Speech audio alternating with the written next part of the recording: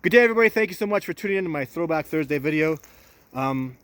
Question I was asked recently that I thought was really impressive and I'd like to talk about today is, this is, what I do is dangerous. I've been charged, attacked, hunted, stalked by mountain lions, grizzly bears out in the vast Canadian wilderness. I went through horrible weather, storms, avalanches.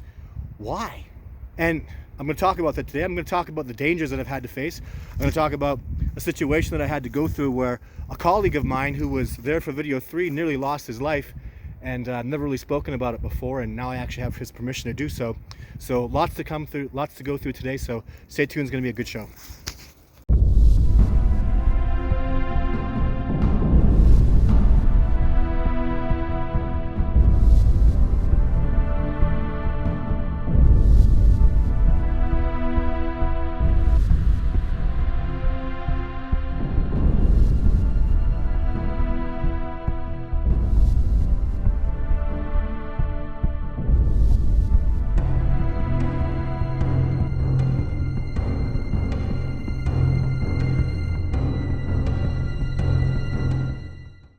So in video 3, you might notice there's a human being with me, and I've talked about him a few times, not at length.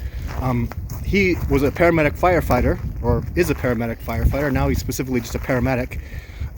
He couldn't continue on with his firefighting career because of the incident that transpired. See him above there, by the trees. I got it. Oh.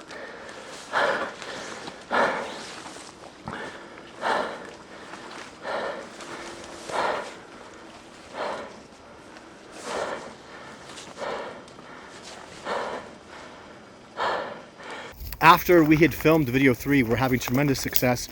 This colleague of mine, I'm not going to mention his name, but just an incredible human being. He very athletic, very strong, kind of a daredevil. That's why we got along really well. I skydive, I rock climb, I kayak, and he got along with me just famously. So went to Montana with me. He is a Canadian like I am. Lives here in Alberta as I do. So what happened was we got a tip from some elders about a hot spot for Sasquatch in Kananaskis country. So we went out, and it was a pretty significant climb into a mountainside where they told me there were caves that Sasquatch regularly inhabit. So he and I went out there with serious rock climbing gear. This was about a 400-foot rock climbing face. Was the best spot that we could get to. It was about a 2-hour hike in, and so he was doing most of the lead climbing because he was able to put the pitons in. And what happened was, when we were about nearly halfway up, maybe 150 feet, something happened where a little gust from the gods happened, and a rock came down and caught him on his right side on his eye.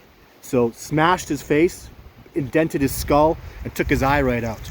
I was in the midst of rock climbing when I heard the snap, crack, bang. I don't know why the hell this rock came flying down. There was no wind. It shouldn't have happened. And that's a whole other bunch of speculation. But the fact is, my friend was above me, bleeding, smashed, nearly knocked unconscious, and I had to get him back out. And at the time, this happened over a decade ago, there was no cell service in this particular area. So when we finally got down the mountain, he had a venous bleed. So he was bleeding steady. So when we got to the bottom of the hill, to the mountain, we just left all our equipment, and he was able to hike. So it was a 2-hour hike out. I remember he was able to hike for maybe 20 minutes, and then he passed out, bleeding to death, my friend. So smashed up in the face, very, very devastated. So I had to carry him about 40 minutes out, at which time, literally, he is 200 pounds. He's a big dude. And with all my heart and soul, the best shape that I was in, I could barely get him that 40 minutes. I literally got him just far enough where I could get a cell phone signal in, where the cell phones were working. And I laid down, collapsed, called emergency services to come, and they went and got him. And he did survive, but that side of his face is damaged permanently, and he can never see out of that eye again. So he couldn't be a firefighter anymore. So he went back into paramedicine. But I'll tell you, there's been a lot of stuff I've been through. You know, a lot of days where I didn't think I was going to make it back. Weather is probably one of the worst things you have to deal with, especially when I was doing research in the wintertime, which I don't do anymore. Extremely, extremely dangerous. And there's been quite a few times where I've actually stopped doing Sasquatch research because of the dangers. And what really changed me was, so there's a famous bear. It's called Bear 122. He's like the king bear in the Banff area. So my son was born in 2009, and he's always been aware that his dad's a Sasquatch researcher and of the things that I do. And in, I don't know, he was about 8 years old. We were on a hike and we bumped into Bear 122, and he's a monster. He's always been a monster. He's absolutely enormous. And he charged at us. So my son was present when this giant monster bear, Bear 122, charged at us. And he saw what I do. And what I do is I step towards him. I keep the people that I'm with safe. And, you know, I ran the bear off. So I stood my ground. We only had bear spray at the time. In Canada, you're not allowed to carry a freaking gun to defend yourself against animals. Whole of the story, thank you, douchebag Trudeau. My guns have since been taken away, which sucks. But again, at the time I only had bear spray, and Bear 122, after he did a bluff charge, walked off. It terrified my son. The reality of that giant bear, and my son knowing what I do, really changed things. Especially, well, as a father, I mean, when I was younger, at the time the Trevor incident had transpired, I was quite a daredevil. You know, again, I rock climb, I skydive. I was a little bit fearless. And when you become a father, things change dramatically because it's not about you anymore. When I'd face off against a bear or a mountain lion or some kind of danger, I wouldn't think, oh, you know, I wouldn't think like, you know, masculine, let's do this, let's fight, let's get this on. I'd think, go on your way, because I need to go home, because my children need me. And they do. My children need me. I intend to raise them their whole lives. My daughter's 5, my son's 15, and the year of 5s. And you know, they need me, and I want to be a part of their lives. I want to be a grandfather. So now when I look at these animals that are threatening me, I don't think the same way. I've really changed.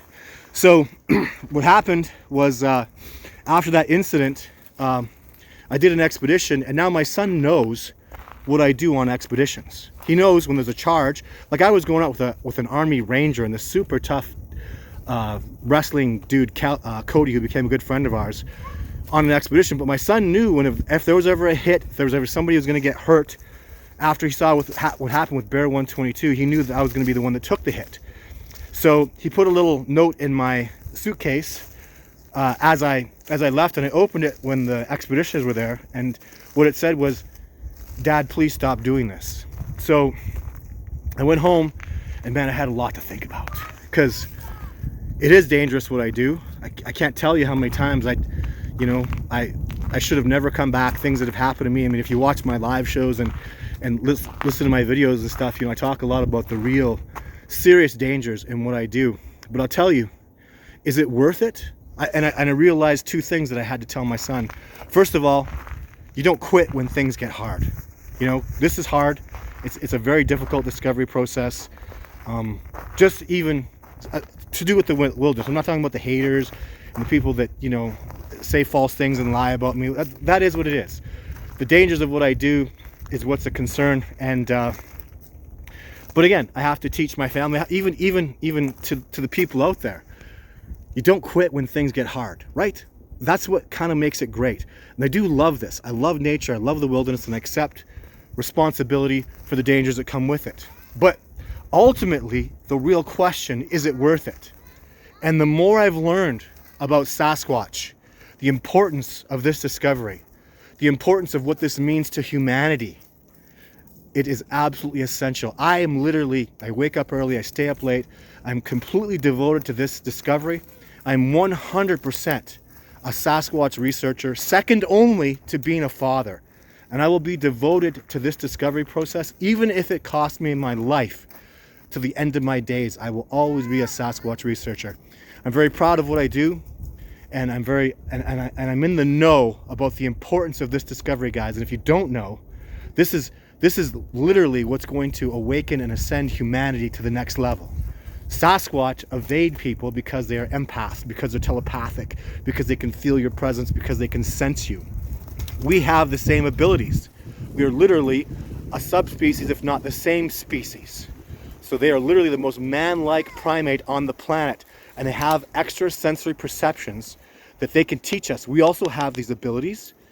Some people call it junk DNA. It's something we're very capable of, that we've literally at least lost somewhat, but we're very capable of ascending to a new level of awakening with this discovery process.